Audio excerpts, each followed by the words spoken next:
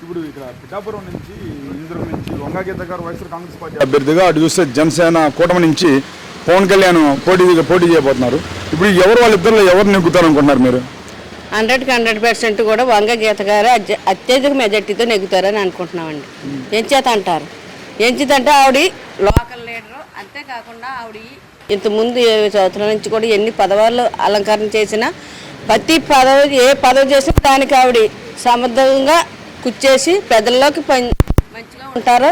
ఎప్పుడు ప్రజలంటే ఉంటారు, ఎప్పుడు ప్రజల్లోనే నడుస్తారు. వాళ్ళ ప్రజల కష్టకాలంలో ఆయన తెలిసిన 1 మినిట్లోనే అక్కడ హాజరవి వాళ్ళ ఆపద కట్టుగా ఆవిడ నిలుస్తారు ఎప్పుడు కూడా. మరి ఇప్పుడు గీత గారు అంతా ఇప్పుడు ఆపదంటే ఆదుకుంటారు 1 మినిట్లో అని చెప్పేసి మీరు అంటున్నారు. మరి 1,00,000 ఓట్లతో నేను గెలుస్తున్నాను, గీత గారిని ఓడిపిస్తున్నాను అని చెప్పి పవన్ కళ్యాణ్ అంటున్నాడు కదా. సినిమా డైలాగులు వేస్తే ఎవరు నమ్ముతారండి? ఆయన సినిమా డైలాగులు అలవాటు అయిపోయిందండి.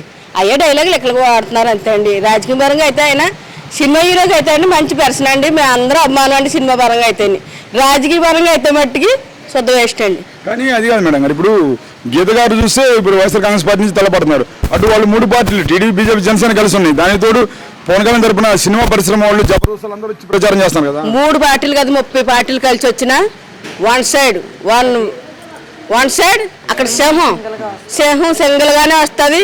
అక్కడ సీఎం జగన్మోహన్ రెడ్డి గారు, ఇక్కడ ఎమ్మెల్యే అభ్యర్థిగా వంగ గీత గారు, అలాగే ఎంపీ అభ్యర్థి సునీల్ గారు కూడా అత్యధిక మెజార్టీతో గెలుస్తారన్నమాట. ఇక్కడ జబర్దస్త్ కామెడీ నటుడు ఐబరాజీ గారు ఇప్పుడు జగన్ గారి మీద ఇప్పుడు వ్యాఖ్యలు చేస్తున్నారు కదా, ఇంట్లో మీ చెల్లెలకి న్యాయం చేయలేకపోయినట్టు నువ్వు పిఠాపురం ప్రజలకి న్యాయం చేస్తానని మాట్లాడుతున్నాడు.